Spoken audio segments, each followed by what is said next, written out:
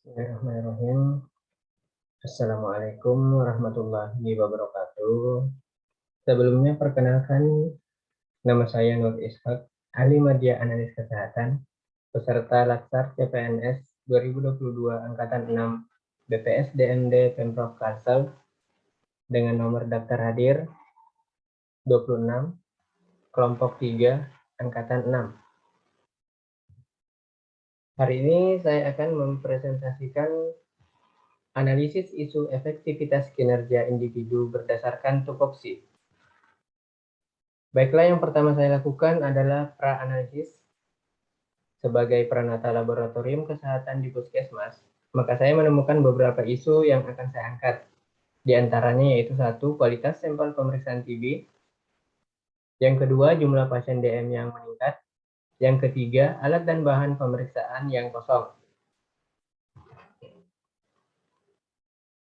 Setelah saya melakukan pra-analisa, saya melakukan penapisan isu menggunakan teknik USG,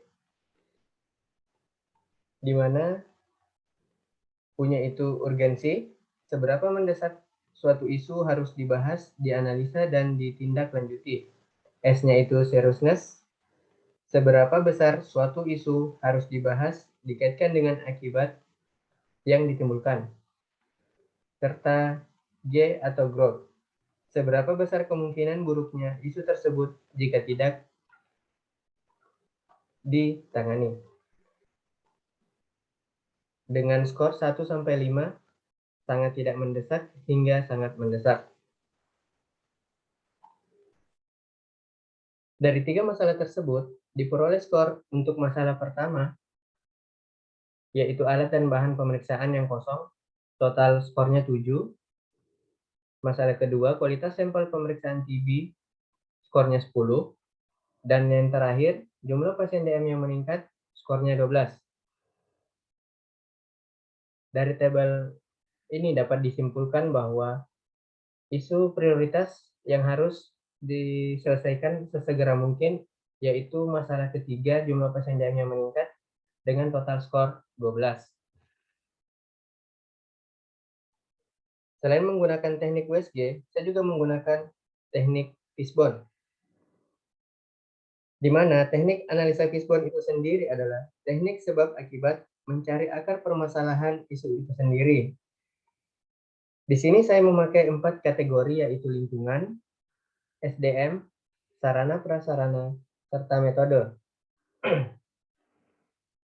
Dari lingkungan diperoleh permasalahan, yaitu makanan yang tidak terkontrol bagi pasien, serta gaya hidup yang kurang sehat. Dari SDM sendiri, yaitu faktor umur pasiennya, serta kurangnya pengetahuan tentang penyakit DM. Dari sarana prasarana, yaitu pemanfaatan media yang masih kurang, jarak rumah ke Vaskes yang jauh, dan yang terakhir dari metode ditemukan kurangnya penyuluhan hingga KY hanya kepada pasien. Selain teknik USG dan Fishbone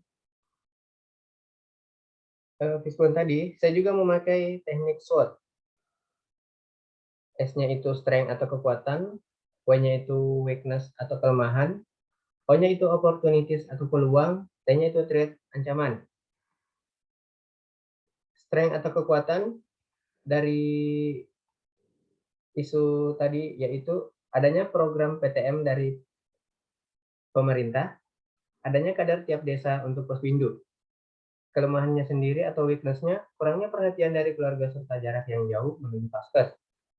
Opportunities atau peluangnya, pemeriksaan secara gratis saat posbindu, adanya jaminan kesehatan dari pemerintah.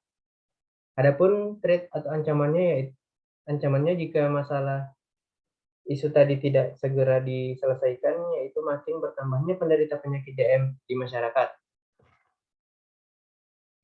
Setelah melakukan beberapa teknik analisa isu, maka saya menemukan alternatif penyelesaian masalah. Alternatif penyelesaian masalah yang pertama yaitu meningkatkan pengetahuan pasien tentang penyakit DM. Tahapan setiap alternatif melakukan penyuluhan secara rutin saat posbindu. Hasil yang diharapkan, pasien mengerti tentang penyakit DM. Adapun pihak yang terkait untuk alternatif ini yaitu kader Posbindu serta Puskesmas. Alternatif penyelesaian yang kedua, pembagian leaflet kepada pasien sebagai media informasi dan sarana penyuluhan. Tahapan setiap alternatifnya yaitu pembagian leaflet kepada pasien yang selesai berobat serta pada kegiatan Posbindu. Hasil yang diharapkan untuk tambahan informasi kepada pasien selain sosialisasi. Adapun pihak yang terkait untuk penyelesaian masalah ini, kader Posbindu serta Puskesmas. Alternatif penyelesaian masalah yang ketiga, mengoptimalkan jadwal Posbindu untuk melakukan kontrol terutama bagi pasien yang jarak rumahnya jauh dari Paskes. Tahapan setiap alternatifnya, kader Posbindu mengajak pasien resiko tinggi untuk rutin kontrol pada saat jadwal Posbindu. Hasil yang diharapkan, semakin banyak pasien yang melakukan kontrol di kegiatan Posbindu. Pihak terkait, kader Posbindu, serta perangkat desa. Itu sendiri. Demikian hasil presentasi saya mengenai analisis isu efektivitas kinerja individu berdasarkan tupoksi. Semoga bermanfaat. Lebih dan kurangnya mohon dimaafkan. Cukup sekian. Wassalamualaikum warahmatullahi wabarakatuh.